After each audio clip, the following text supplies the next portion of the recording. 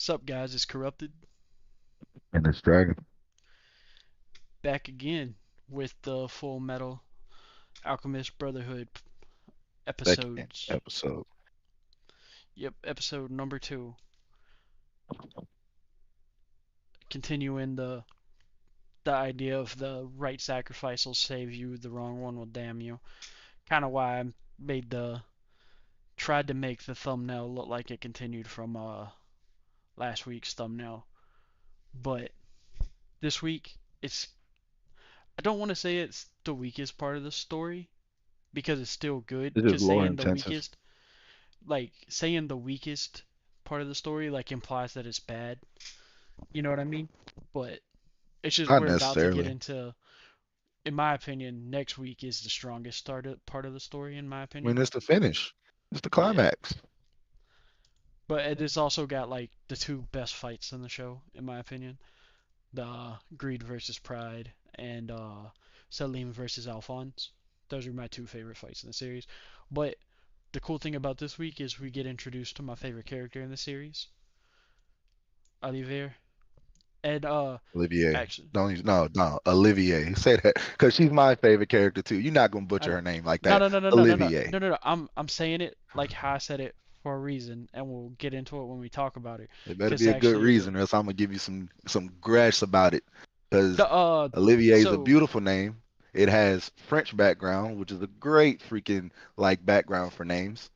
So yeah, yeah, I you know, but it's butchering it's kind of bad, my guy. So I'm gonna no, wait no, to no. hear I your said reason. the I'm gonna wait to male hear your way to reason. do it because it has to do with King Arthur's court, motherfucker. Trust me, I know what I'm talking Wait, what about. are you talking about? No, what are you Yeah, talking yeah. about? So the name in French comes from a member of Charlemagne's court that's supposed to be the descendant of King Arthur, like the one that continues it, like worked under Captain Roland and everything, and is supposed to be like one of the greatest knights of all time. And that's But where okay, the name comes from. but I'm gonna stop you So just tying because it in. I respect the character for the character that she is. So I'm gonna say her name right, regardless of where it comes from, because I like the character. So That's no, fair. that's not a That's good fair. enough reason. Not a good enough reason at all. So no, say it right, my motherfucker. Say it right. No, just because you said that now I'm gonna say it. I'm gonna say it wrong the rest of the episode. Dude, I don't care. You should know me by now. I don't care. You I say know, what I you want know. to say. You grown ass man. I know. I'm just being facetious. Anyway, But like, comment, subscribe for the second episode of Full Metal Alchemist. We appreciate everybody coming in and stop through for us. We appreciate everybody for the support. Thank y'all. yeah, Jump in Discord. Let's get right into it. yeah. So this week's episode starts with the Girl on the battlefield. yeah, but like the big thing is like it's where Scar finally realized how much he fucked up, Oh yeah, or big time. not just he fucked up, but like his world, like how much his worldview is fucked up. Yeah, like his beliefs, his world beliefs are very much so displaced and weren't Yeah, fully thought out. yeah, like we get to see like he finally confronts the fact that he's wrong.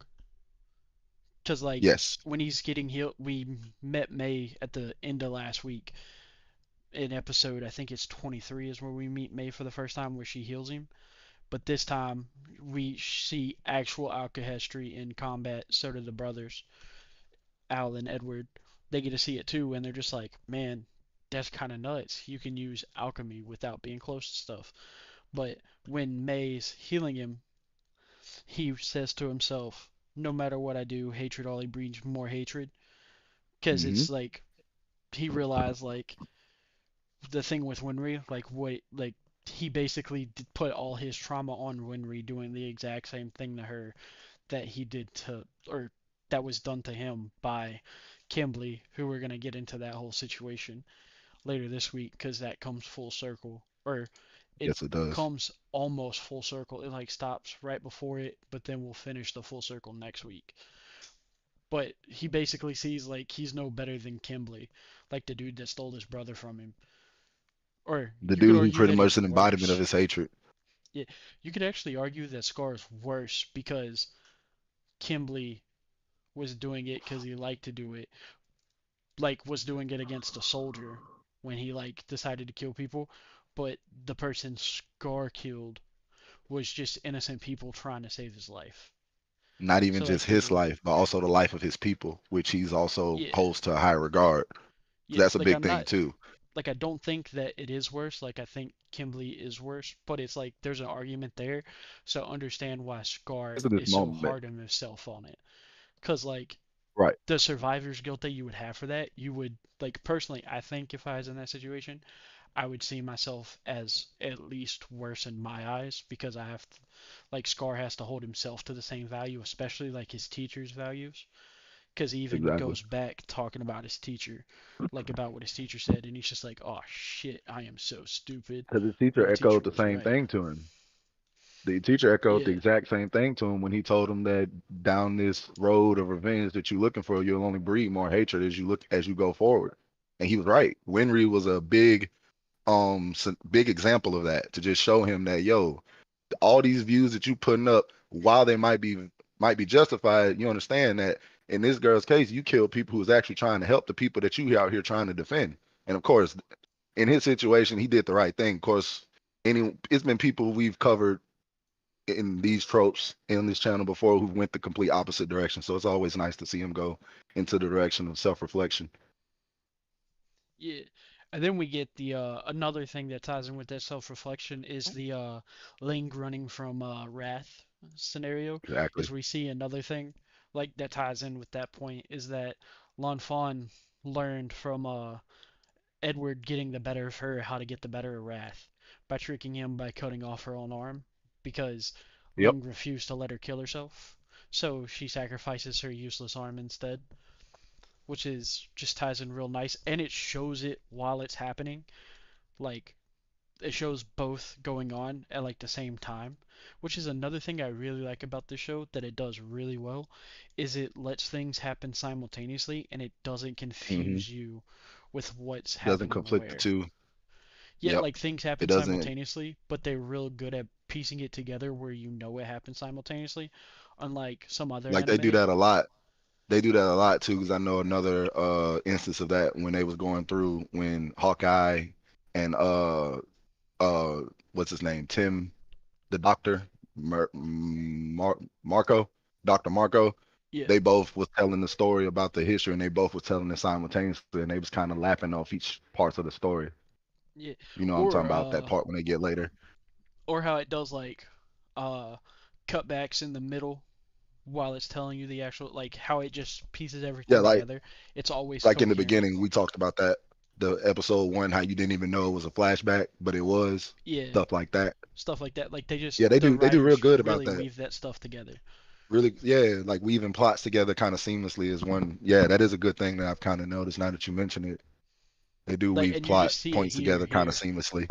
Like you see it especially You're right. like when they like in the middle of the fight between May Scar and then Edward Alphonse in the middle of the fight when Gluttony shows up because he's trying to eat Scar and then Ling shows up and you don't and it makes you like it built tension the entire time because how Hmm. they showed Ling and Linfond running from Wrath is it showed Wrath gaining on them at different corners and stuff, and then Wrath following a trail of blood, and then it shows them The running into a trail's dead lost. end, and then like it keeps cutting back and forth, and then it gets to like like the music swells for a second, and then it shows Wrath like turn a corner, and then it cuts to Ling showing up and saving them at the last second, Ed and Al at the last That second, trope, and yeah, then they end up catching Gluttony when Gluttony is perfected trying to chase kill trope. Scar.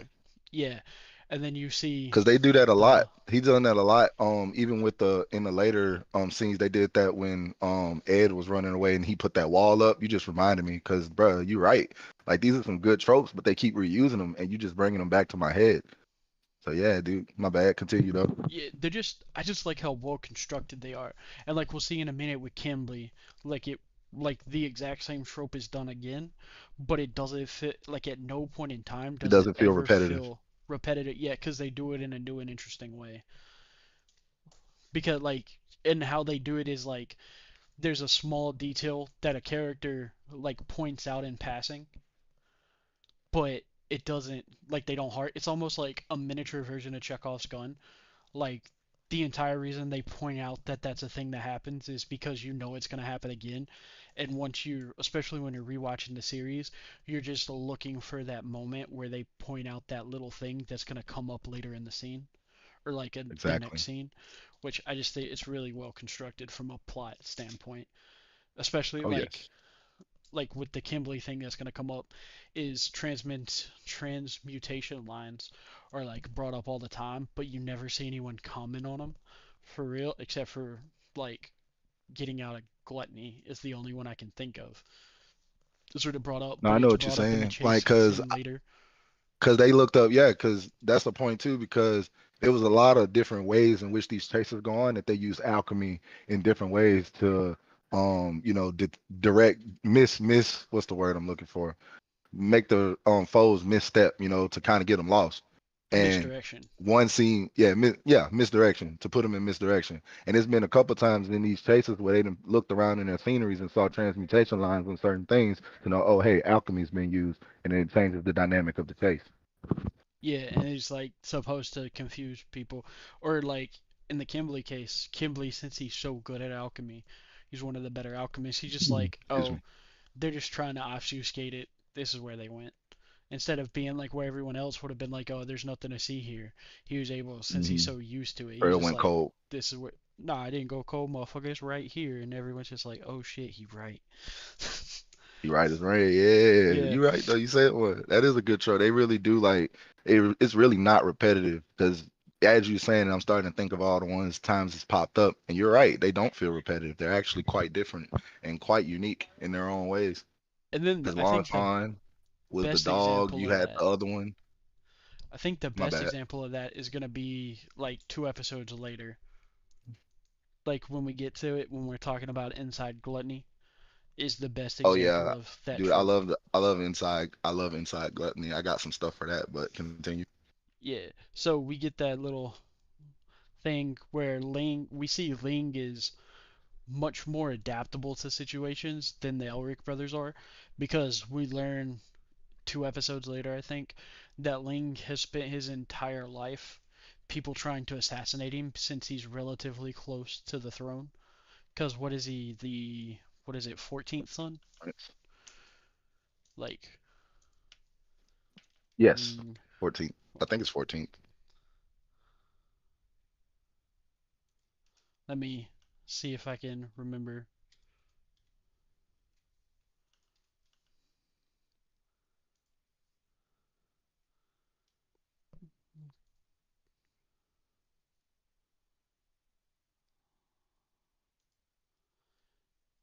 Pretty sure.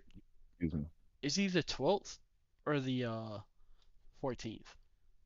14th is coming to my head, but I'm like I said, I could be so wrong. I'm not even gonna tell you. I want to say it's 14th, but it might be.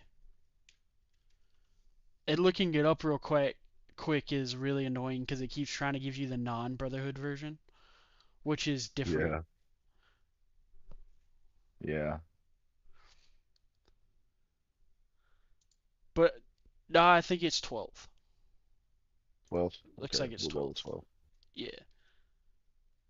But when we see like how adaptable he is, when he's the one that's just like, look, make me some strong steel cables real quick out of the train and the tracks. That way we can catch Gluttony. And his plan is to wrap Gluttony up while he's Wrap still 'em up. healing. Yep. That way he Hmm. can't, like, it's so tight He that there's no expands way into to the ever. cables. Yeah. That way there's no way he can escape from the net. And you see, like, we learn shortly that the entire reason it's like that, like, that it works out that way, is because he has been attempted to, like, there's been attempted assassinations on his life almost every day since he was a kid. Because he talks about it later on in the stuff with Gluttony's belly, and then later when he meets Father, which Hmm. is pretty cool. And also the implication is that since he's so used to it, it could make him one of the better Got a lot actually. candidates for Emperor because like we see how resilient and tough he is and like his force of will when he lets greed take his body and stuff like that. Like something tells me he's got to be relatively high on the list for his dad. Like I don't see a world where he wouldn't because someone that tough is typically gonna be like I would imagine, like if the dude's not trash at his job, like if the emperor's not garbage, Like if he's actually a decent emperor.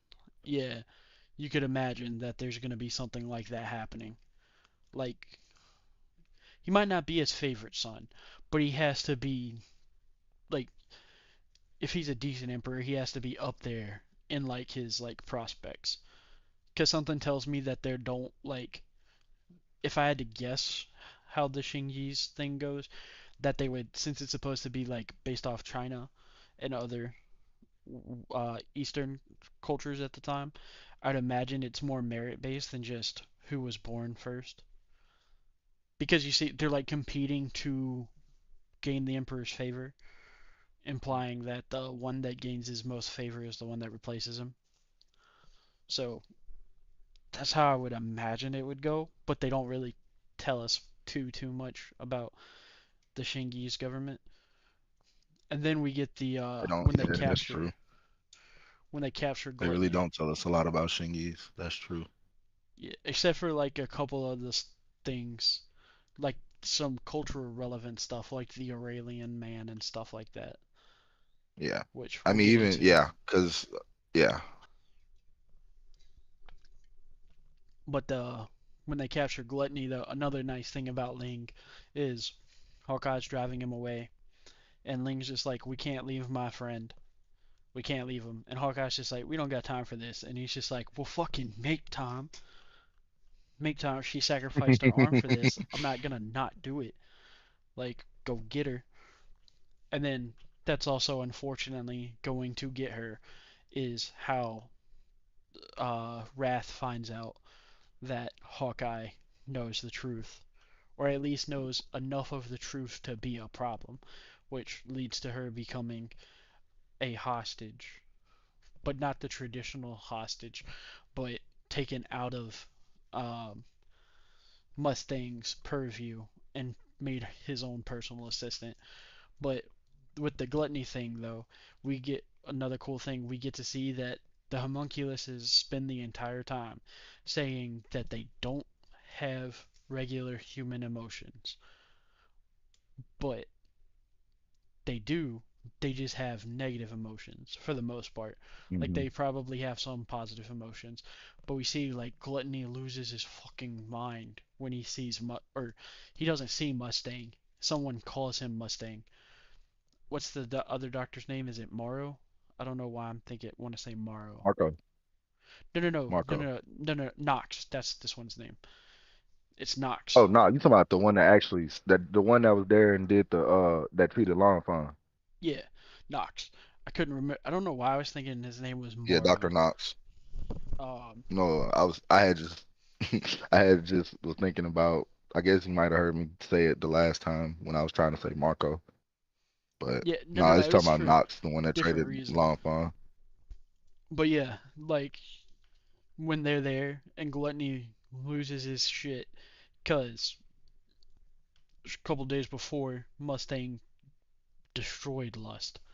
Like absolutely.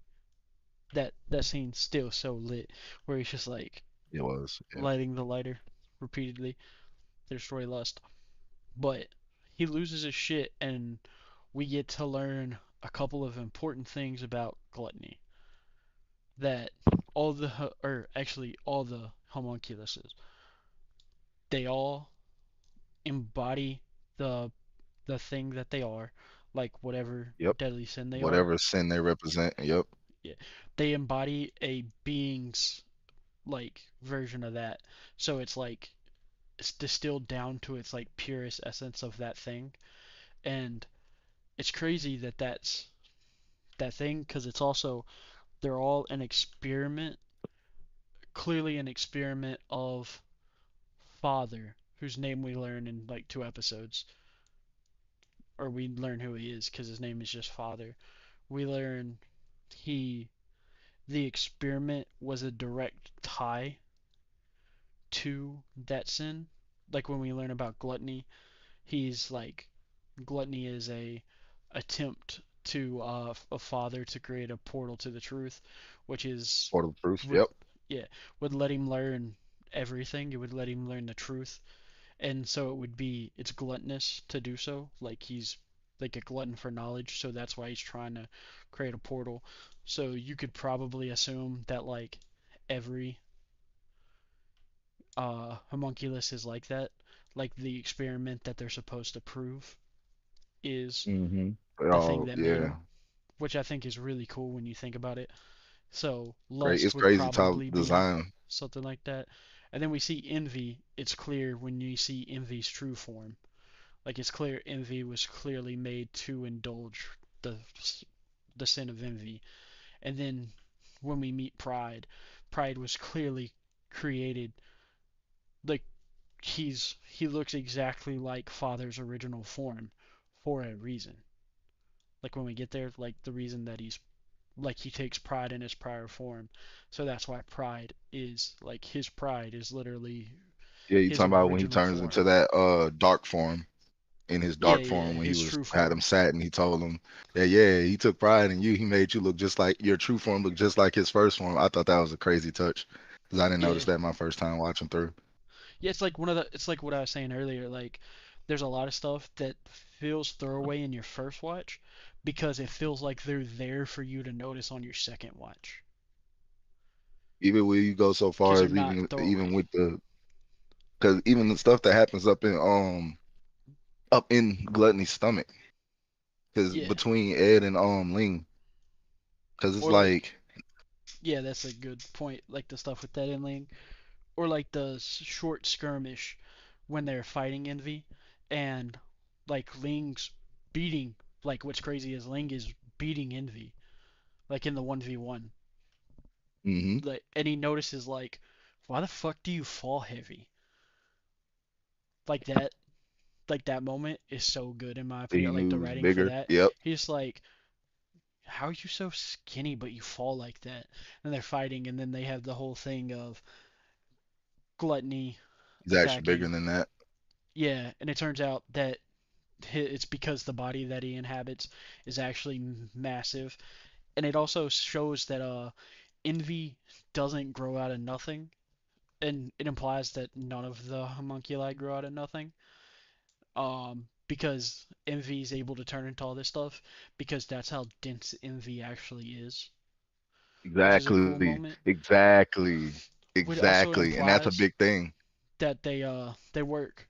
Like this is gonna sound weird, but this just like like something I noticed is they work sort of like how the Hulk works, because how the Hulk work is he absorbs all the electromagnetic You radiation know more around him about that and than I turns it do. into stuff.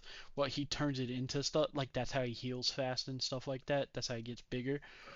The homunculus like changed the stuff around them using like alchemy to heal. So theoretically, if you put one in a vacuum and killed it, they might actually just die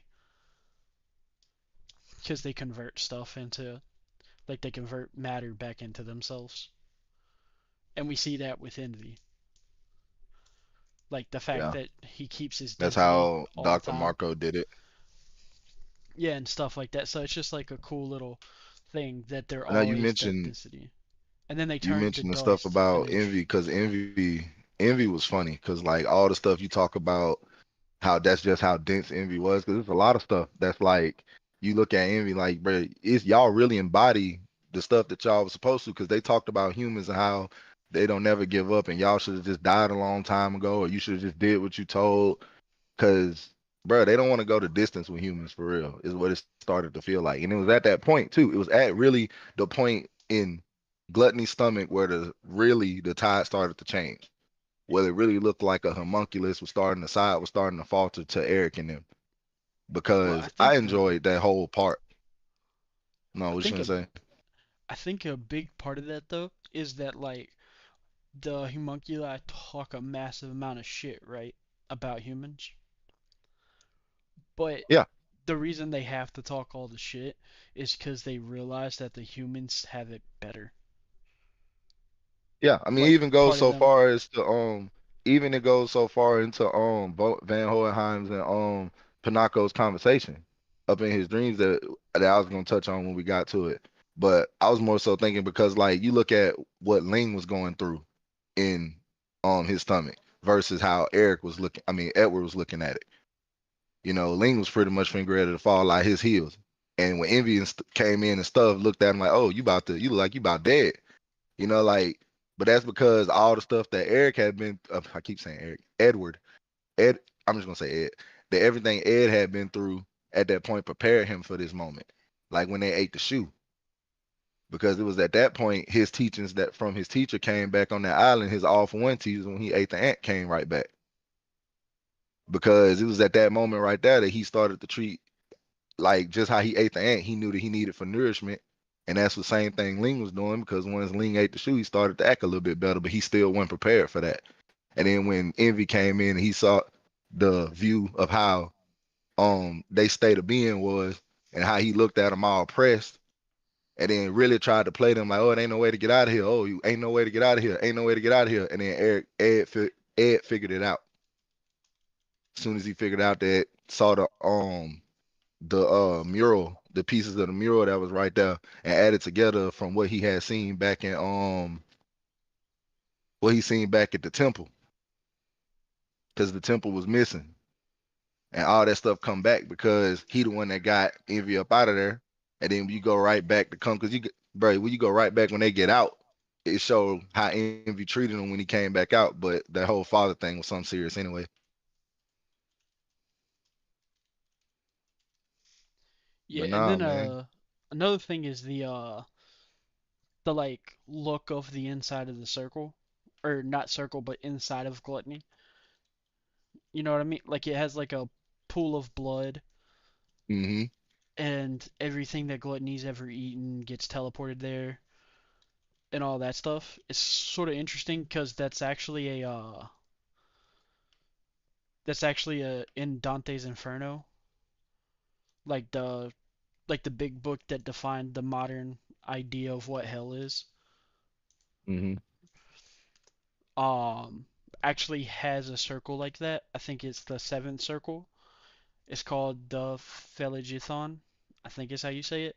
It's basically like in it in that place. It's like where people that committed violence against others, or so it's like Yeah. murderers and people that committed suicide are there, and it's basically just like a massive amount of. It's basically like a circle that the entire thing's filled with blood, and it has just discarded stuff. And it's just interesting that that's what it is. Like that's what the inside of gluttony's like. Cause you could argue like to, cause the truth is like thematically like heaven, right? Like it's white, it's got the door, it shows you everything that could ever be, like it gives you all knowledge. So like getting there but failing to get there lands you in hell.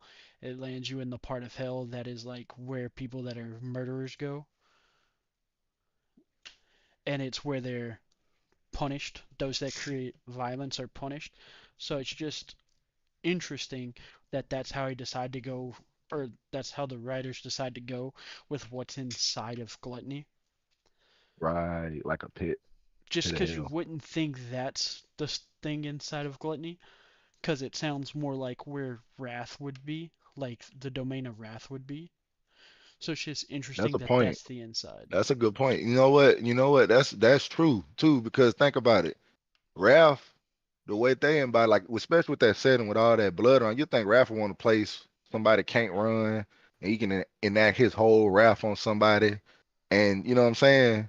And that'd be like his playground. But nah, you said the point right there. I think that's because I think they get a lot of father got a lot of ideas from the other ones and kind of to embody things. But just like you said, gluttony is an embodiment of father's own gluttony because he tried to create his own portal of truth. But Probably one also of the greediest things he could do. in the Inferno, like Dante's Inferno in the poem, the third circle of hell is the circle that's for gluttony. It's like where you go if you were committed the sin of gluttony the most. And it's like completely different. It's like cold, like it's supposed to be like icy and filled with snow, and you're basically unable to move or see, and you're just supposed to feel the selfishness of the act, but getting being inside gluttony kind of has that effect too, because you're just stuck there until you die with Yeah, nothing in darkness. Because it's basically supposed to be like you're basically stuck in a slurry of ice, like half frozen water, where it's like that slushy material. And you're basically just stuck in that, and it's dark all the time. So it's basically the inside of gluttony, and what's it called? Is that mixed with wrath, which is interesting. Like the circle for wrath. I just thought it was interesting that that's like how it ended up working out, which that's a is like point. thematically super cool. Like That's a point. just because it shows like how much like intimate detail they put into it, and also we saw the part of the transmutation circle from Xerxes is the part about becoming God, right? Like it's like one of the representations of God, and that's the thing that gluttony ate. Because like the real life point of alchemy, like, or that sounds wrong, but the like thing that the alchemy, like the people that called themselves alchemists in real life were trying to do, were besides being the thing that eventually led to chemistry, they were also trying to become the Aurelian, which is an actual concept, not just but it's where they tried to become And not God just basically. fiction. Well, like it is fiction, but it's like it's something that people thought were real in our world. Like in real life, people thought the idea was real Oh, it's too. a real life concept. Yeah, it's a real life concept about basically being a guy that My can bad. consume the power of God. Is basically what I'm like the with you now. final result of alchemy and like the real life version of alchemy is also. It's kind of trying to do what Father's doing in the show, kind of. And So that it also explains Scar's whole like retribution phase too, because he also hate people that kind of going down his path. yeah, kind of like that works out really well with it too. Yeah, but Yeah, it's just interesting that like the design of the inside of gluttony, and then they end up fighting envy in there, and they realize the reason that envy's so heavy is because envy's actually like a 23-foot tall dragon lizard. monster made out of dead human souls. Yeah, that Would you harbor call it one. a dragon, or I think you would call I it a just said dragon because lizard. it. I think of dragon in more like the sense of like because dragon is has like a demonic tinge to it, but it's also the which is also super cool from when you look at it from the reason that dragons are considered uh demonic in human culture. It's because dragons are closely related to snakes and lizards, and small mammals are primarily predated by snakes in the wild, and that's why over time the concept of dragons was originally seen as demonic, is because snakes ate people, or they didn't eat people, but they ate the stuff that people came from.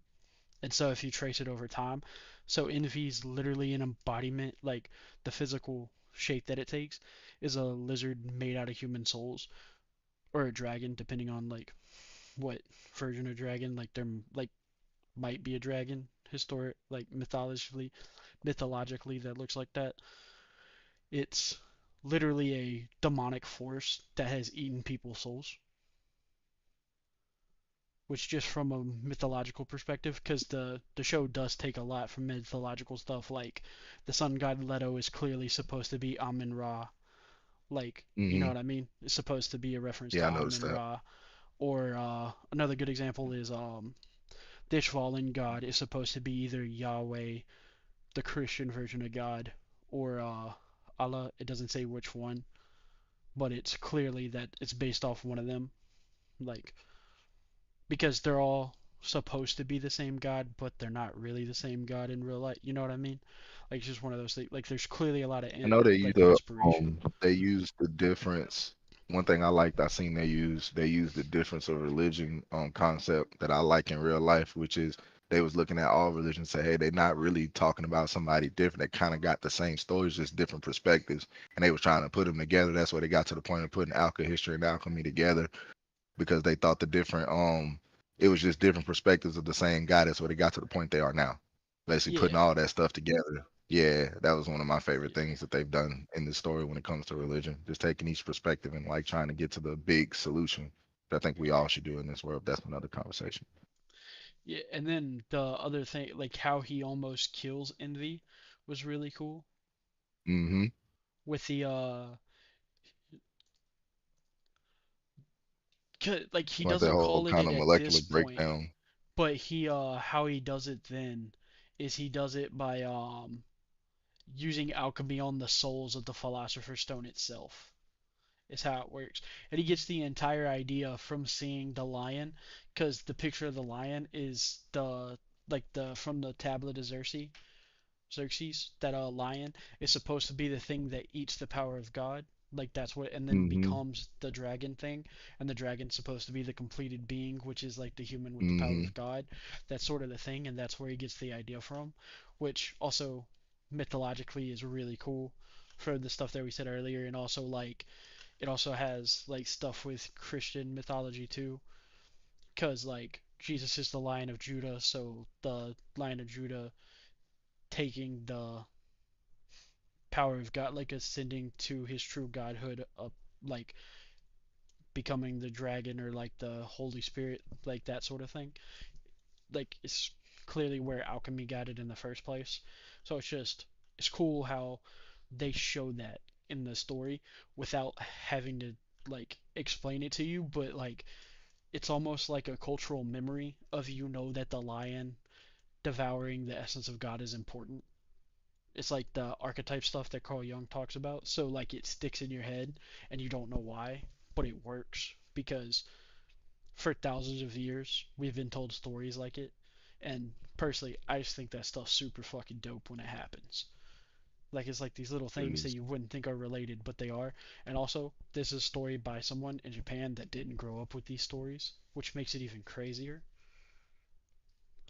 Like they didn't spend their whole life learning about that stuff, like a lot of people that grow up in the West are. So it just combines together and to the good story to just make it an even better story in my opinion. And then I, I keep wanting to call it soul bending what he does to Envy because Avatar, it feels like that, but doesn't it? yeah, It yeah, did yeah, feel it like does. that. Or spirit It bending. felt That's like what it that. makes me think of. But he basically uses alchemy on the Philosopher's Stone to stop envy, but he also learns in doing so the truth about gluttony, and then he's able to come up with a plan that he can use alchemy to basically transmute their souls from this purgatory, air quotes, because they're kind of in purgatory. He can transmute their souls through the gates and put them back together on the other side with the power of philosopher's stone, which is also like thematically really cool if you think about it in this way. To get out of hell, because if you want to, or purgatory, to get out of a sentence to hell or the abyss or whatever you want to call it, like to get out of this place of extreme darkness, you can use the power of your soul or like the thing that makes you human or however you want to conceptualize that, and you can use it to rebuild yourself and drag yourself out of hell.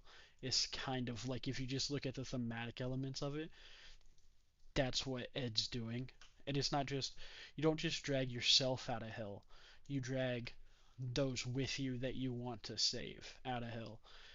And it's even more interesting though because the way that he gets the power to do that is from one of the deadly sins.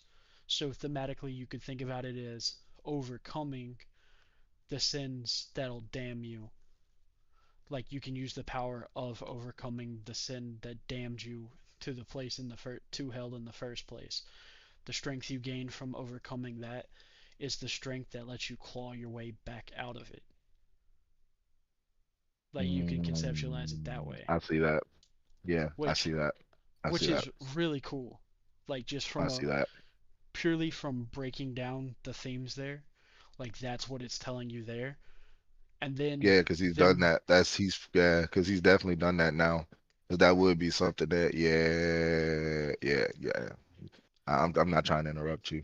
Go yeah, ahead. and then add that to the fact that he meets Father afterwards, so you could see it as also like being in the abyss is sort of like his, because like the hero's journey, like one of the major points of the hero's journey is when you go to hell, like is when the hero goes to hell. It's like one of the main moments of it. It's hero's journey steps. I gotta remember the steps. It's do do do crossing the first threshold would technically not be that, but there's the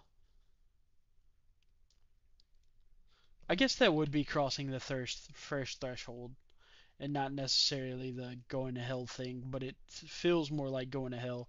It would be the it'd be crossing the first threshold where he basically goes to a place like because you can go to hell as the first threshold. You just gotta go somewhere worse the next time when you go to the inmost cave. So like so I guess it would be the You crossing the know, threshold. yeah, wouldn't it be so the first episode when he first saw the portal of truth, then when I guess he saw Alphonse's body, and then when he realized he had to do the same thing in order to get out of gluttony. Well, so the steps for the hero's journey or the ordinary world, so that would have been when they were kids. And then Hmm. the call to adventure, an event disrupts the hero's worlds and prevents them with or presents them with a challenge request. That would be the death of their mother. Yeah, And then refusal of the call would be to trying to bring the her back. refusal of the call would be trying to bring her back because it's the refusal of the call as the hero hesitates or resists the adventure due to doubt or fear, so fear of life without their mother. And then there's meeting the mentor, which is obviously them Teacher. meeting Izumi. Yep. And then there's crossing the first threshold, which is the hero commits to the adventure and leaves their comfort zone. But you can cross the first threshold, like it can be repeated, like the threshold could get worse and worse and worse and worse because it's not like a binary. The steps aren't like a binary, like they're always in order. They're not a But sequel. like Yeah. Oh, there could be like they're always in order, but like one could take longer to get through than the other, if that makes sense. I know what you mean. One, So like none's time specific. Everything's like, yeah, yeah, they're just always gonna be in order, sort of like the grief steps, like you always got to do them in order. And then like so I would argue because the gluttony is where they learn that everything's more powerful than they ever could have expected, and the enemy's greater than they ever could have imagined. So I would say that that whole would be sequence. crossing Yeah. the yeah, and then Yeah. the Yeah. You rest know of what? it would be Yeah. the test Yeah. allies and enemies, because right after that is when him and Ling end up becoming like permanent friends, sort of thing. Because remember, they're like being inside gluttony is like where they're actually just like, you know what, we're friends now, we got each other's backs, you know, like being inside gluttony is like when they do that. And then after this is when we get all the stuff about the like throughout this shortly from gluttony to the first fight with Gimli is him gaining allies and learning his enemies and having a bunch of tests and stuff like that, because step 6 is test allies and enemies, and 7 is approach the innermost cave, which would be the first fight with Gimli. Or actually, approach the innermost cave would actually just be going to the north, actually. And then ordeal, the hero faces a life or death moment, their ultimate test. That would be the first Gimli fight where he actually almost died. And then the road back would be him getting back. Resurrection would be later on down, and then return the elixir, and then the hero returns to the ordinary world. That'd be like the last episode. So it's That's just cool. an important thing with gluttony is it's kind of like the crossing the first threshold, or like the journey, like the first steps of the journey into hell, because that's kind of what the inside of gluttony is it's like hell. And then we get the stuff with Father that's super interesting. And we learn the truth about Wrath, how he's a human experimentation that finally went right with the what's it called? I can't think of the name of it. He's a normal human that was given a philosopher's stone, or his blood was injected with the philosopher's stone. And We get all that stuff where he explains it to I can't Mustang. I almost forgot Colonel Mustang's name for a second, which seems insane Very much that so. I almost forgot his name. I was like sitting here just like, what the fuck is his name? What's the Colonel's name? Oh yeah, and we also get when he does the two-way door, he gets to see that Alphon's body still exists inside the truth.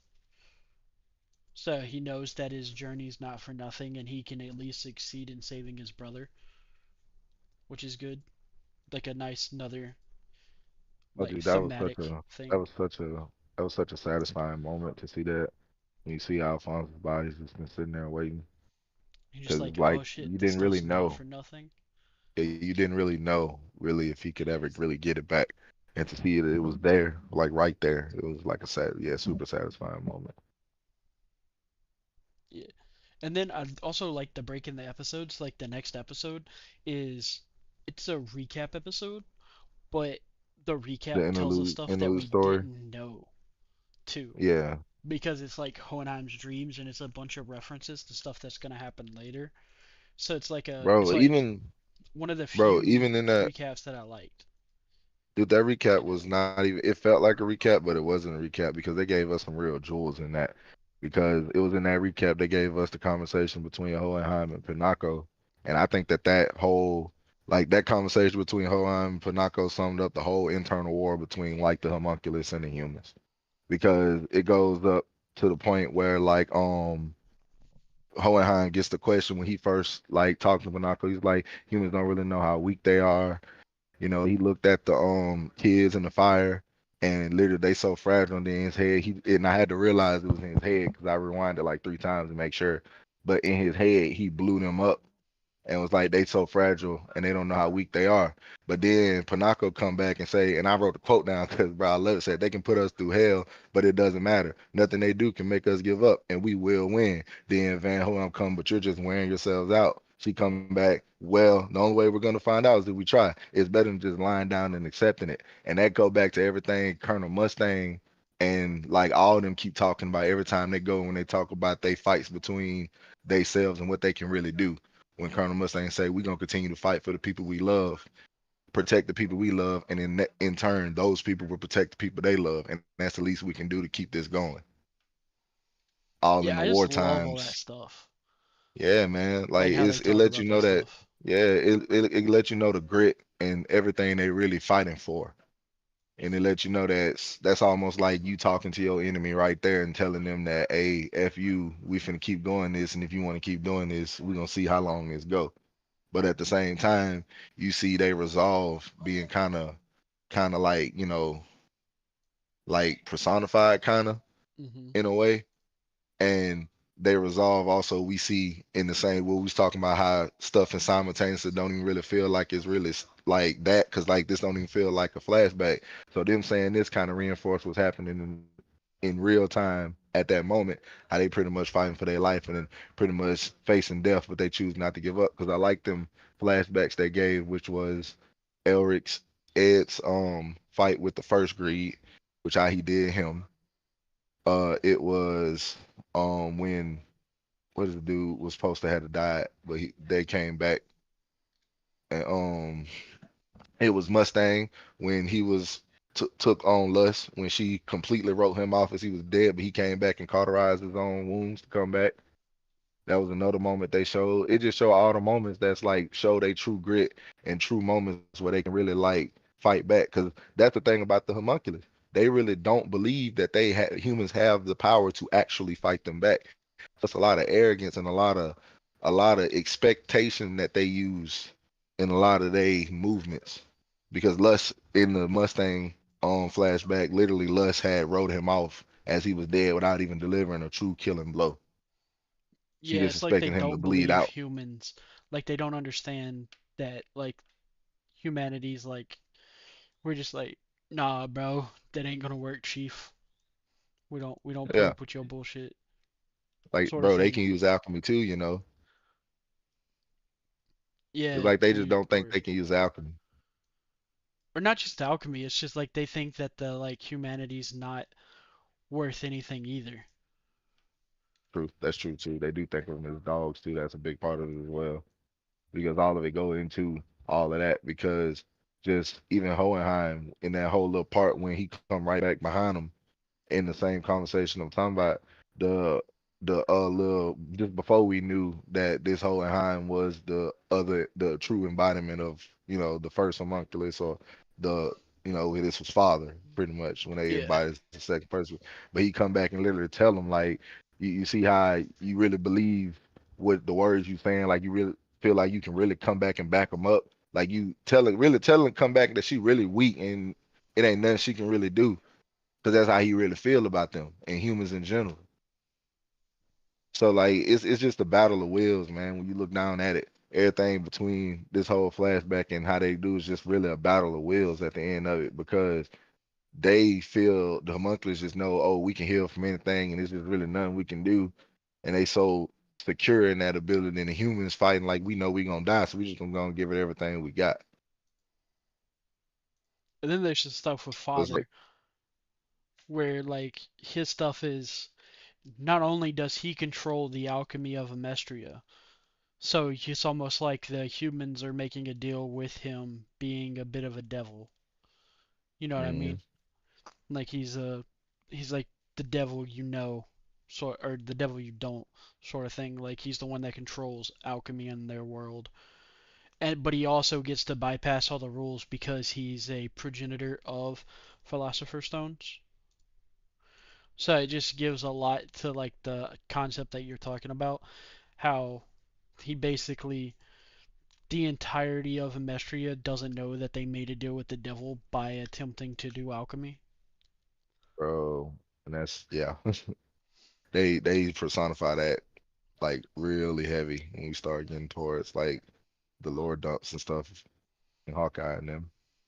Yeah, especially like when we learn the truth, like everything was just a ploy to become as powerful as possible, or the what's it called to become as powerful as possible.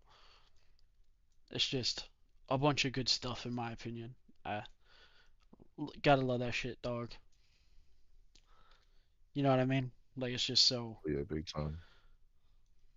Big time.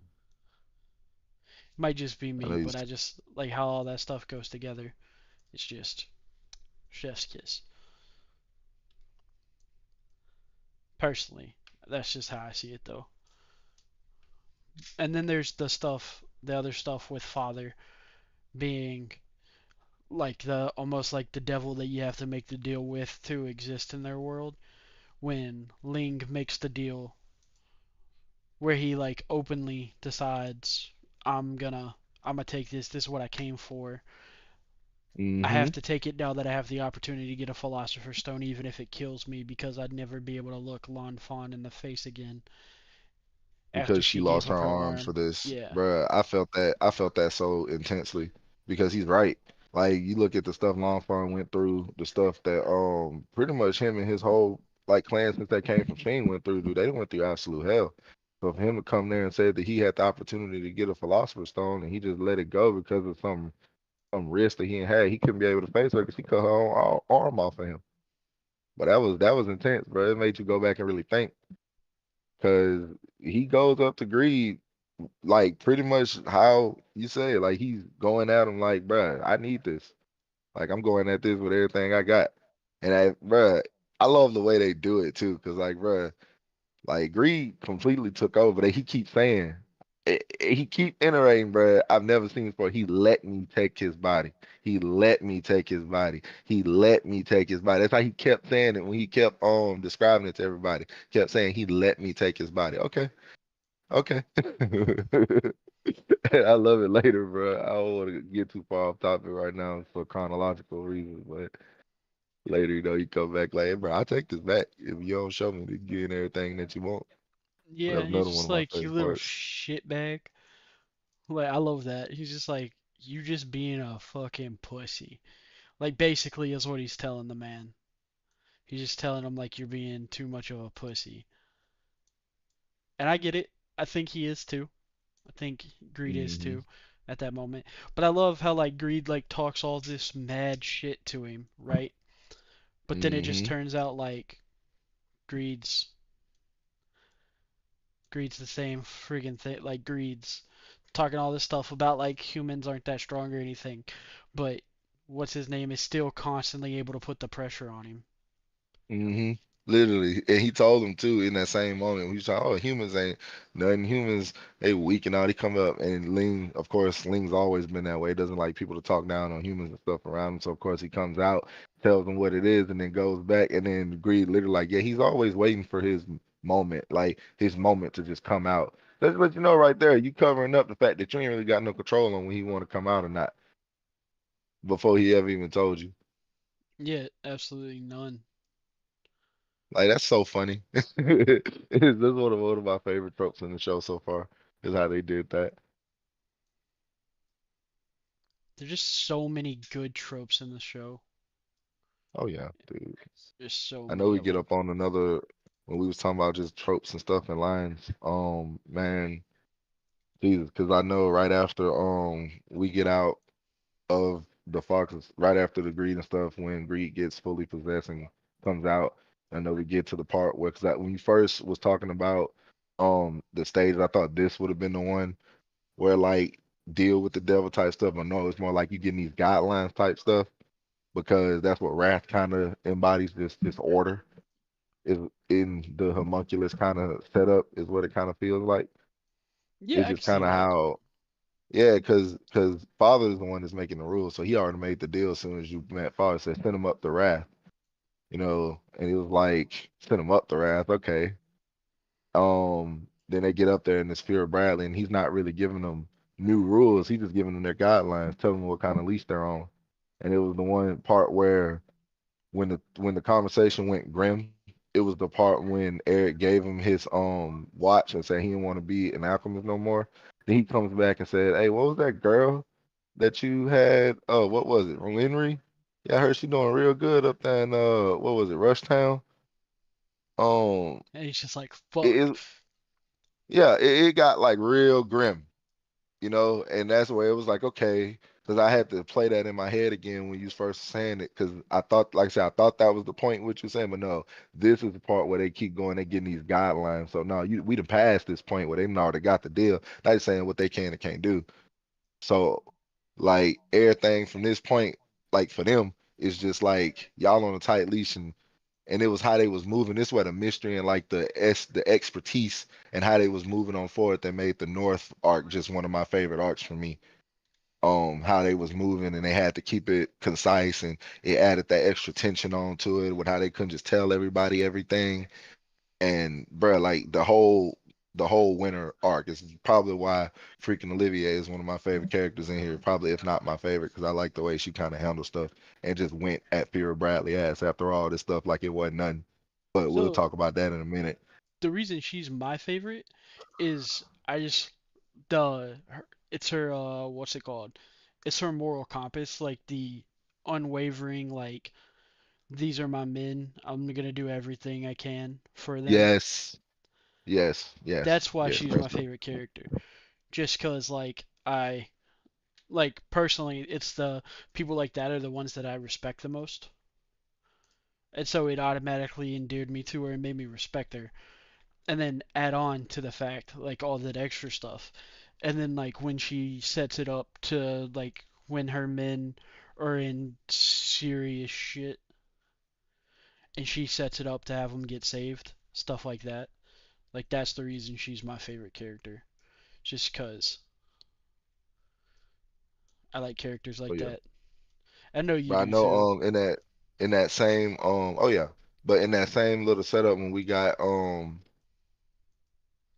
to this point, because we get also when they get I'm trying to remember where they got when Envy and stuff pop in with Scar and them again. Because it was the point in which I think it was right before or right after Greed got changed in. Probably he ain't gotten there. I probably went too far. But nah, it was when Scar came in with Xiao with Mei Xing and he first figured out that he could change the tide if he told Scar who it was that actually killed him, actually started the war, and he told Scar that Envy was the one that started the war because he the soldier that shot the child. Yeah, I And think it was bruh, a Scar, major that hated the Fuhrer, if I remember correctly, or hated the Central Command.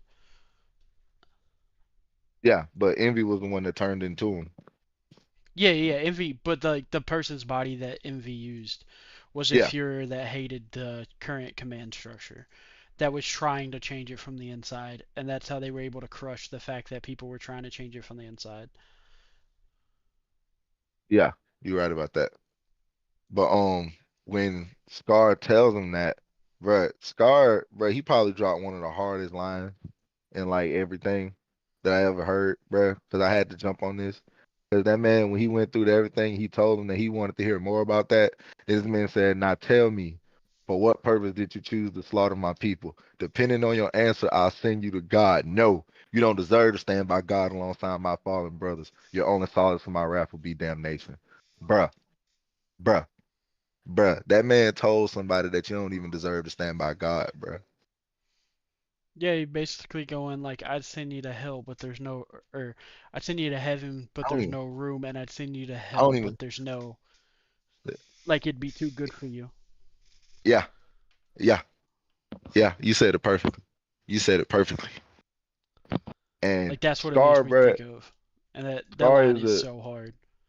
Scar, bruh. I feel like if anybody should have taught Edward what it was like have a to have to like kill for your conviction, I think Scar could have. He could have went. The writers could have went that route if they want to. Not saying they should have, but I see if anybody could have in the story that could have taught Edward. Wow, the fuck I keep trying to say Elric. I think that's why I keep messing up. But Edward, every time he came point where he crossed that threshold between murdering somebody and not, it was the Scar kind of reasoning I felt that could have put like after reform Scar reasoning, not pre Yeah, Scar reasoning, but reform Scar reasoning that would have kind of helped Eric kind of learn that. But nah, that line but kind of pushed Scar's character up there because it made him be a little bit more added to the stories. That's another thing that they kind of having a war about is whether to kill people or not. Because even Ed kind of acknowledged it in his fight with Kimberly when he almost died that if this was gonna be the price of me showing mercy, then this what it has to be. yeah, When he was it's had bro pulled if a this is what showing mercy costs, then I'm gonna have to learn to pay the price. yeah, Is you his know quote. exactly what I'm talking about. Yeah, Cause yeah, that quote that's was just so that's hard that I had to write it down. Yeah, cause bruh, like it's true. Cause it's you accepting your fate of what you chose to do and accepting it fully. The fact that you just got impaled and you now have to use alchemy while you in excruciating pain to make sure you live. That's just what Yeah, gotta and he happen. doesn't just use normal alchemy. He used the alchemy that he learned from what's it called? From notes, not even in No, practice. From notes. not just the notes. It's the he uses the alchemy that he learned from what's it called? That he learned from the what's it called thing? The The tablet. rebuilding himself. Remember, that's where he learned to transmute souls from when they got out of gluttony.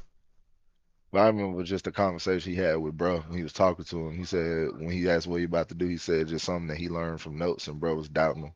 Yeah, that's where he got the concept from. But he says like, all I got to do is remember how it felt to move our Yeah, souls, and that like to take his soul apart and then put it back together on the other and side then of a portal. he called himself a single soul philosopher stone. Yeah, and What he he called just since he himself. was moving just himself, he had to just yeah. And then it's gonna. The other thing is it takes years off your life. I think that's every major come from behind moment a character has in anime.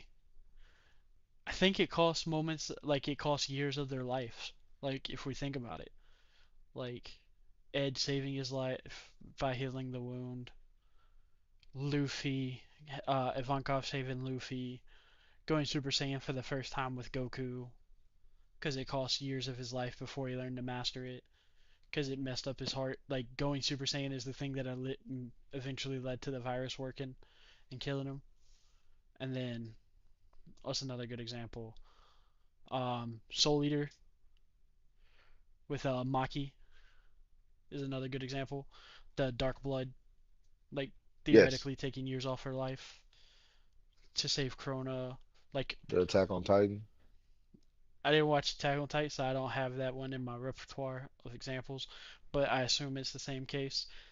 Yeah, when he became a Titan, as soon as you get the Titan serum, you get 13 years or something taken off, or you only have 13 years or something. It's been a while since I watched, but I think that's something how it is. It's shortens your life for sure, but it's a big thing. I don't remember exactly the time limit on Yeah, it. it's just so many shonens have that. But I think it's like the best possible thing because it like shows how much you're willing to give up for your dream or like what you're trying to do. Like you lose a chunk of yourself to do it, which is nice. And then we get the Marco escaping stuff. We almost completely forgot about Marco escaping and making a like we see how good Marco is at human or not even human transmutation, but like uh biological transmutation, Yeah, that's a good word for it. I was trying to think of a word for it, but yeah, that's it. which Biological was transmutation. yeah, which was really cool. Like he was Biological, able to yeah. make something look like him.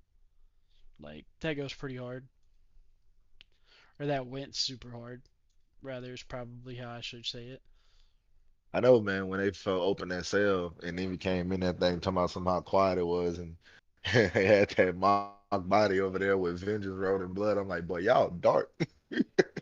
Boy, y'all a little dark, ain't you? 'Cause that was Yeah, pretty it's a heavy, I ain't little gonna dark, lie.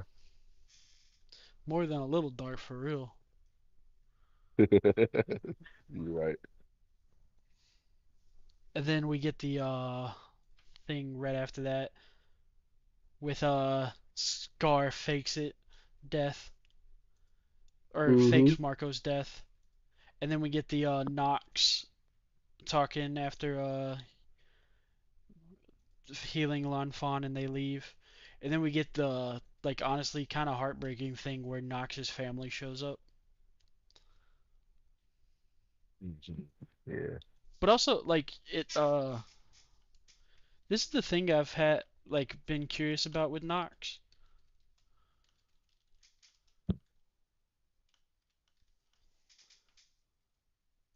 Like when he sees his son and his wife, I've always been curious. Like they make me think that they're not like that's not a real moment.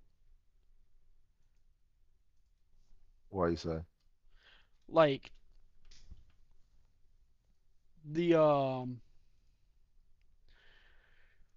like I know it happens, but like in my head it always feels like one of those things where it feels like it's the stress getting to him and he's having a psychotic break.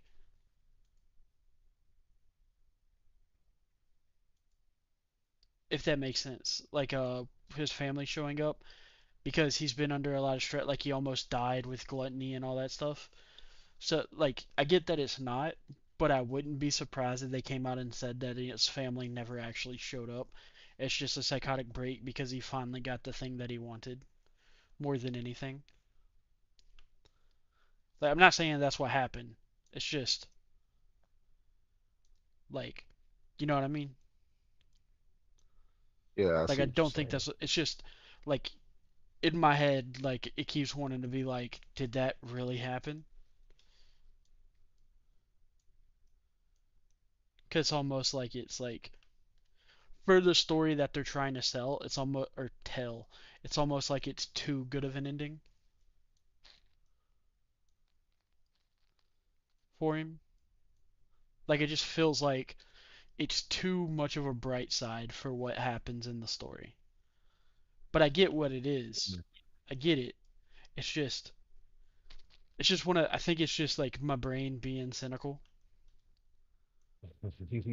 Like I'm completely open to that's like what it is. like this Is my lady's supposed brain to just die right here. yeah, it's just They're supposed like to be dead. Why is they alive? or not that they're dead. Like in my brain, I'm always just like, I get envy could be one of them, but who's the other one? Sort of thing. Yeah, Like you know if they're what? No, no. I feel like I've been on that too, watching this for a second time because I've been looking at people kind of different too. Like, are you envy? Because you be envy. Could you be envy? You might be envy. The Yeah, envy and it's show just you that you turn into anybody and just pop up anywhere. yeah, but it's two people at the same time, so it couldn't be envy. But in my brain, I'm still just like, yo, envy, the fuck you doing out here, dog?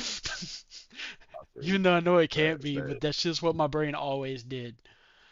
Like watching it, like after knowing what envy, like, or if it's like a little thing, like the implied thing would be that envy was pretending to be one of them, and then he dies after thanking God. It's also an interesting thing, is it's like the first time we see an Emestrian talk about God. Because remember when he's making the coffee and he's just like, "Thank you, God, for giving me this," and he starts crying. Like he says, like, "I don't know if you exist or not, God, but thank you for this moment." Like, what's the exact words? Uh, I don't know if you exist or not, but cut me some slack. Even a guy like me needs a break. Just please let me enjoy the happiness of having a cup of coffee with my family. Like it's one of the first times an Emestrian actually talks about God outside the context of like talking to people about his fallen beliefs. So it's actually real interesting. And that he's breaking down crying. And then it like fades to black and we see the outline of his house. Like we see his house. And then the scene ends. But in my head I'm just always like thinking, there's no way he's still alive. But I know that he's still alive. So it's just funny. So that's just one of the like I just always expected Envy to pop out and just shoot him in the back of the head. Like every time I watch it, even a rewatch. I can't not see that. It's just every time.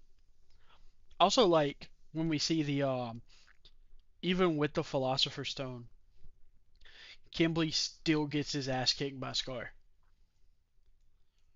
Oh yeah, big time. Like he almost dies. Like he gets stabbed in the stomach, like completely through. Like he gets pinned to a wall with a pipe, with a metal pipe, which is crazy.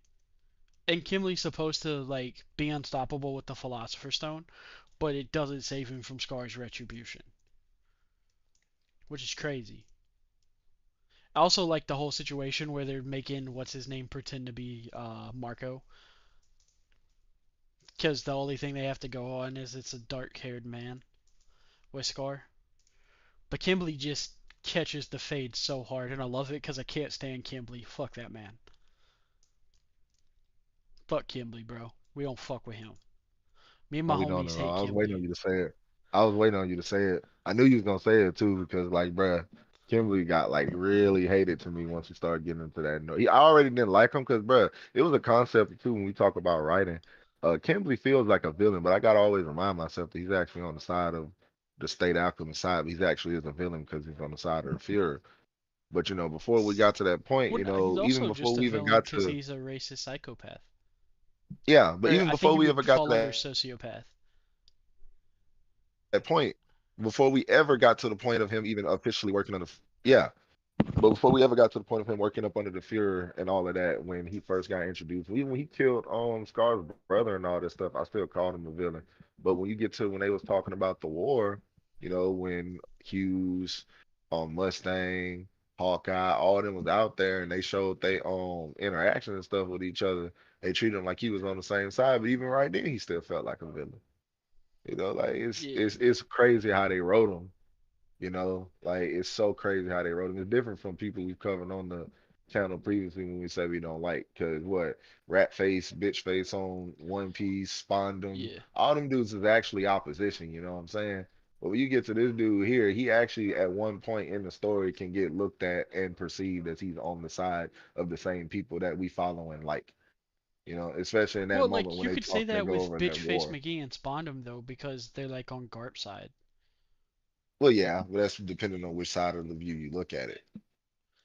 But this is like a different point of the story. Like it's easy. I mean, we have our Admiral fans and the Pirate Well, fans I and I guess the big Yonko thing fans was and stuff. But like another big thing is like it feels disconnected because of how big like the Marines are, but like the military in this is relatively small because it's just one country's military and not like several countries' military combined into one thing. So it's easier to see them being like shitty as not being the same group.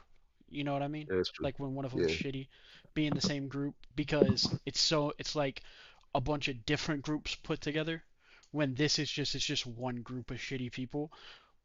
So whenever we see like there's good guys in this group of shitty people, like almost the entirety of East and North want nothing to do with Central shit. yeah, that's true. It's like so like I can see where it's like there's like a compartmentalization of that. I can see that between that stuff. Also, I don't get why Kimberly's mad. Like, why do you stop the train? We should be heading north. But it's just like you would have been left there if they didn't stop the train because Scar disconnected the train cars. So like, why are you mad, Kimberly? Like, if they didn't stop, you just die in the cold, and Scar would have got away. So I don't get why you're so mad. I think it just shows like Kimberly's kind of fucking stupid. And then he go to the hospital right after that? Yeah, and then they had the doctor with the second Philosopher's Stone, with the bigger Yeah, Philosopher's Stone. with the gold tooth. That's how I always remember him.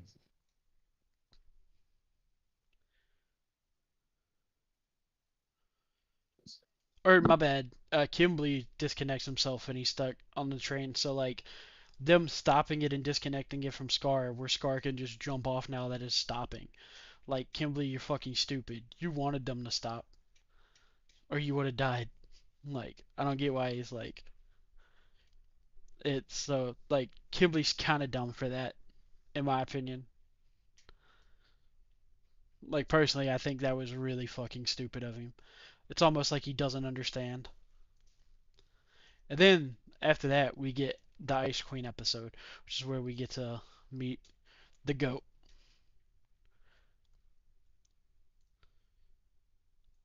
And I'm not gonna say her name because I'm gonna end up messing it up again, just because in my head, like I know how to say it, but I'm gonna end up fucking it up, not on like accident. You know what I mean?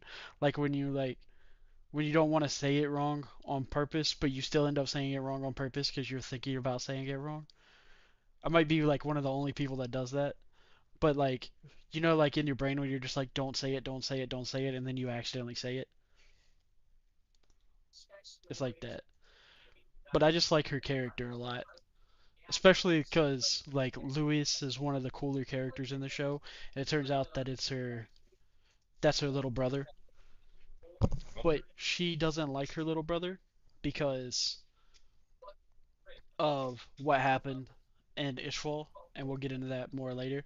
But he refused to do some stuff, and we also see her whole thing like she thinks the Infallen conflict was fucking stupid, like we see with Miles. Like she doesn't give a fuck as long as you're a good soldier, she'll treat you with respect, which is And she another pretty thing that much just adds like to her character.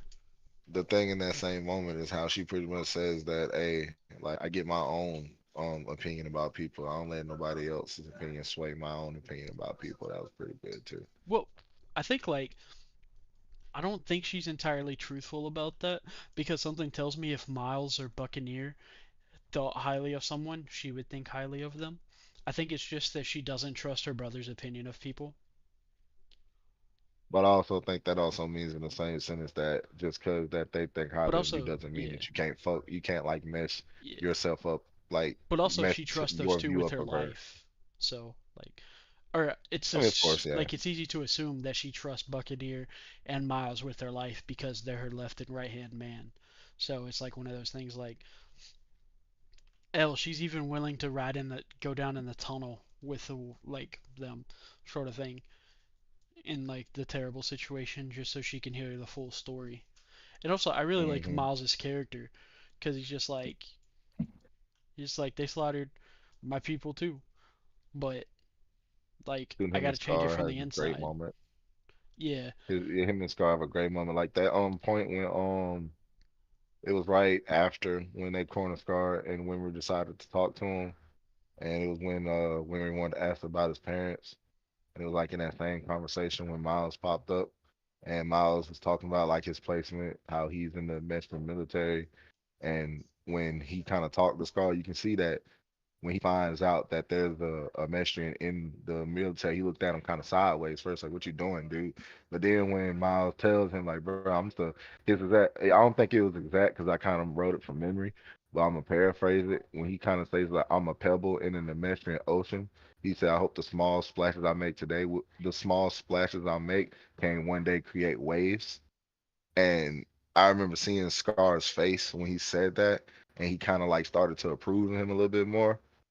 And even up until this point, even stuff he did before this point, bro, like Miles is a very no BS type dude, bro. Like very like in the front lines, not playing games. He was up there making those same decisions. The only thing that made him stop and not kill Kimberly at that point was when he told him that the same orders that he make was likewise of the Fuhrer's orders. That was the only thing that stopped him from going up in Kimberly's stuff when uh Olivier had killed Raven. That was the only thing that stopped him. I Also, firmly that's believe another that. thing about Olivier that I loved, was she just like, well, fuck you, Raven. Like once Raven admits that that he's willing to betray the country for immortality. Dude, pretty much Raven got too freaking comfortable, bro. He had went straight up to Sloth and started giving them orders like, bro, do you think they fully on your side yet, bro? I mean, Olivier was Like we don't like completely you. yeah, like Olivier was completely right when she told Fury Bradley that Raven talked too much and he needed to Yeah, be and off she because he could did. swing the entire thing as he was saying it in front of normal people. And then it makes it look like it's all Raven's fault, which also shows like how smart she is too. Hmm. Like, like her and Buccaneer's idea of how they beat Sloth in the first place was smart. Just douse him in I thought they was gonna cut him on fire when they put that junk on him at first, and then it was like, oh wait a minute, they made that dude an ice prison. They out keyed that dude. yeah. Well, also like it's smarter to do that to him than set him on fire because we know that the fire, if it lasts long enough, will kill him. But thanks to lust. But the big thing that it does though is that they can also just throw him at the drachma people in the spring, theoretically. So it just shows like how smart she actually is. Because something tells me that was her plan, why she decided to freeze him, is that way she could just, like if drachma attacks in the spring, just throw it at him. Just throw it at drachma real quick. Which is just, personally, I think that's like cool a little bit. Also like how the entire time nobody believed him, or the brothers never believed Izumi about surviving, and then you get the little quick thing about about 20 years ago there was a lady that kept beating the crap out of people and stealing everybody's food for about a month. Yeah, and it was talking Cause about the the only entire other time time the they place thought been she was broke in. lying. Yeah, the only other time that something like that has happened, which cracks me up. And they're just like, It's it so was crazy. teacher. And you find out Izumi's like the god of that life. Like, which just cracks me up. I also like how they learned the true plan from the freezing alchemist guy. And also, it makes me wonder, like, is Raven part of Swollen? Because he looks part of Swollen. Like, just not having the red eyes. Because all the Ishvalan characters, they all have the exact same skin tone. And then when you look at Raven, he's got a very similar skin tone to the rest of the Ishvalans. You know what I mean? No, you're right. And then he always has his eyes closed too. It might have been. I don't know. They might have spun it But some way. he's like, he doesn't have the eye color, but he has a skin tone. But we have learned from everybody else that is Ishvalan that everyone with that skin tone, for the most part, like with there's like a receptionist that has a similar skin tone, and then Raven, I think are the only ones. Period. I can't think of. That have that. And then I like how Buccaneer is pissed about Winry being Edward's mechanic. That was pretty funny. That A moment was little pretty funny. jealous. Yeah. It's like, why you get a cute girl mechanic and I have this idiot as mine? And now I like the stuff with Kimberly and Scar and everything where the Elrics finally decide to team up with him. They beat the Chimeras and then they. I love how they beat the Chimeras too. They're just like, we don't know who you are. We gotta fight you because you're monsters. That way they can get away with fighting a soldier. And then they're just like, you realize like you're dead no matter what. You might as well team up with us. And they're just like, but we don't have a family. We can't go back. And then Alphonse is just like, you idiots. If we get our bodies back, we'll find it. That means that we can find a way to get your bodies back to normal too. And it's just like one of the. It shows like how good of dudes the Elric brothers are. That they're not immediately just like, let's kill these fuckers. They're And then actually we trying see, out here trying to do yeah. good. They're actually out here trying to help. And then we see like Alphonse being an absolute fucking genius. G when he walks out in the desert. That's I'm being facetious here. He's not being a genius here. He's just being selfless. But we'll see in 2 episodes after that him being an absolute G. But after that we get all the little bits with we learn about the homunculus. And I love that the name of the episode for episode 40 is called homunculus and then in parentheses is dwarf in the flask. And I don't know if you know this, but that's actually exactly what homunculus translates to. Those three things in that order. Yeah, it means the like little person in the flask. Uh, huh. Like it translates more correctly into dwarf than that, but it's like a homunculus. It comes from I think it's a Greek word. It like legit translates to like part of it translates to I think in Greek translates to little person.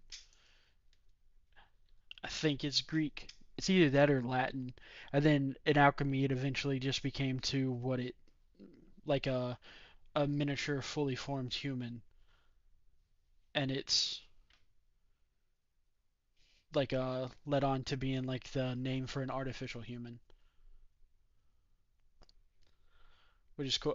Like the person that like came up with the word was a dude named Paracelsus. Is Celsius. yeah. Um, he was a Swiss physician, alchemist, and philosopher during the German Renaissance in the like early 1500s. In his book De Natura Rerum, Uh-huh. whatever, he outlines that you create a homunculi, like how to create homunculi, and it sounds awful like lot, like it's not identical, but to what Hohenheim's owner did. It's how you make one is the sperm of a man be purified by itself, then sealed in a cucurbit, which is like a flask, I believe, or a gourd, sealed in a cucurbit for 40 days with the highest degree of putrefaction in a horse womb, or at least so long that it comes to life and moves by itself, stirs, which is easily observed. After this time it will look somewhat like a man, but transparent without a body. If after this to be fed wisely with the arcanum of human blood, and be nourished for up to 40 weeks, it can be kept in even heat of a horse's womb. A living human child grows therefore men with all the members like a child which is born of a woman, but much smaller. So, like, they just basically animatified this dude's work to make the original homunculus from the episode Homunculus, which is like weird, but it's also like thematically cool. And he like teaches Onheim all the secrets. And I don't think they ever explained how he just knew all this shit, did they? How the original homunculus knew all this shit? Like how he knows everything, right? They never explain it. Like even at the end, I don't remember them ever explaining it, but it's still cool nevertheless how it like all fits together. And then we get the truth about Hohenheim being a living philosopher's stone, and the reason that he left the boys was to find a way to no longer be immortal, because he doesn't want to die before his sons theoretically, or the implication is he refuses to outlive his sons. And then we get the fight with Kimberly, which is pretty good thematically. Like he saves the Chimera's lives, and then does the soul alchemy on himself to stop the bleeding. And then we get the Marco, May, and Alphonse figuring out the trick of making a reverse what's it called? A reverse alchemic circle to stop what they're planning. And we get the Drachma offensive, and then the Envy getting his ass beat by getting outsmarted by Marco, Alphonse, and them, and the Chimeras in the landfill. We see that Envy's really just a tiny green monster, and we have Weak them ass green monster. convince May to go back home with Envy. There's no way that could ever go horribly wrong, right, guys? There's absolutely no way that can't go wrong. I see no world where that doesn't go absolutely horrible. And then the last episode in this chunks, we get the stuff with Greed where he kills his last living friend, the Lizard Man. I can't remember the Lizard Man's name now. And then we get Alphonse talking with his dad and working to help rebuild. And then we get this scene is important to me when the people come looking for Edward. The guys from Central come looking for Edward. It's gonna sound really Mm-hmm. weird that this moment's so important to me, where Ed beats the shit out of all of them. This is in fiction one of the only accurate representations of how fast a rear naked choke will put somebody to sleep. That's why I like the moment so much. Like I know it's random, but most people sit in a rear naked choke. They'll be like in movies and stuff, like they'll have it for like a minute, and the person doesn't go to sleep. This motherfucker lasts like 5 seconds. Like let's count it. I'll count the seconds right now. How long it lasts. Here, I'll even throw it up to prove a point. I'll even throw it up to everybody to prove a point, and then I gotta take it down immediately so it doesn't get in trouble. But I can show it for a second. But here it goes.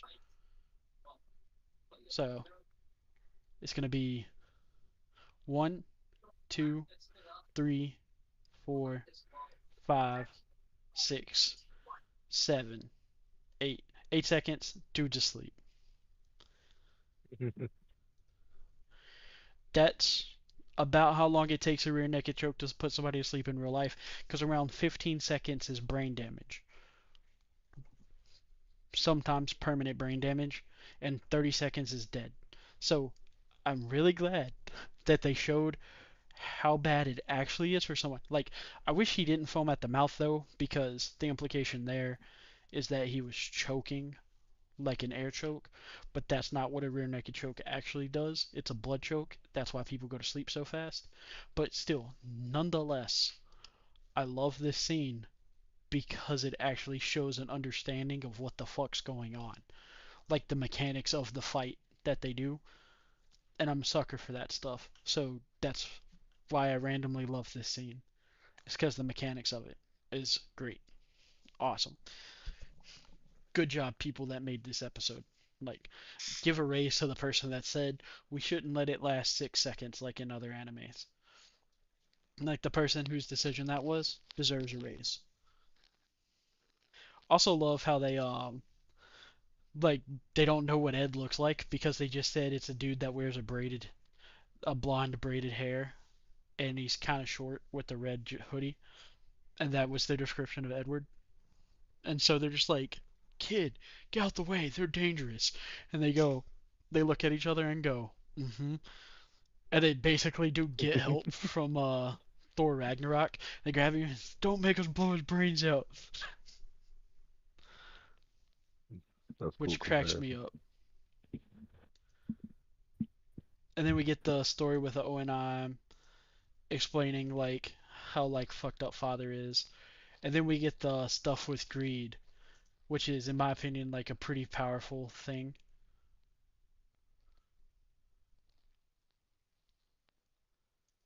And like you can see like Ling's getting control and greed's getting mad.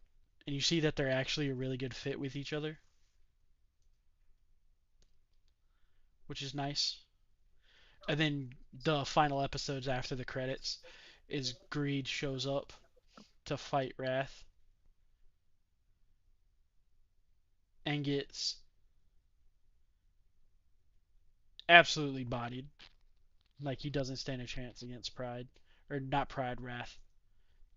And then we get this something's gonna happen with the Armstrong family. Dun dun dun. And that's where the episodes end this week. Um, did you have anything else that you want to talk about with the episodes? Uh, no, I think Any we points you can didn't yeah, have a we chance pretty to much go went over? over. No, I think we went over it. But yeah, then that's it for this week, guys. Thanks for everyone that stopped by. We appreciate you all. Remember, like, comment, subscribe, join the All that. Discord. Um, if we get enough people on the Discord, we'll throw up a thing to vote for not the next thing that we watch, but the thing after that we watch. That way the community get involved in it. Yeah, Uh, that'd be cool. we're only a few watch hours away from being able to use the community tab that way also. So if y'all could, uh, Watch us on up, man. Be yeah, it up. Share that. Tell your yeah, people share about us, man. everything Get in the conversation. because Join we're the almost able to do conversations, all that man. stuff, which is awesome. Hyped about that. But Yeah. yeah, thanks again, everybody. Thanks for stopping by. Uh, this is Corrupted And it's dragon. signing off. Deuces, everybody.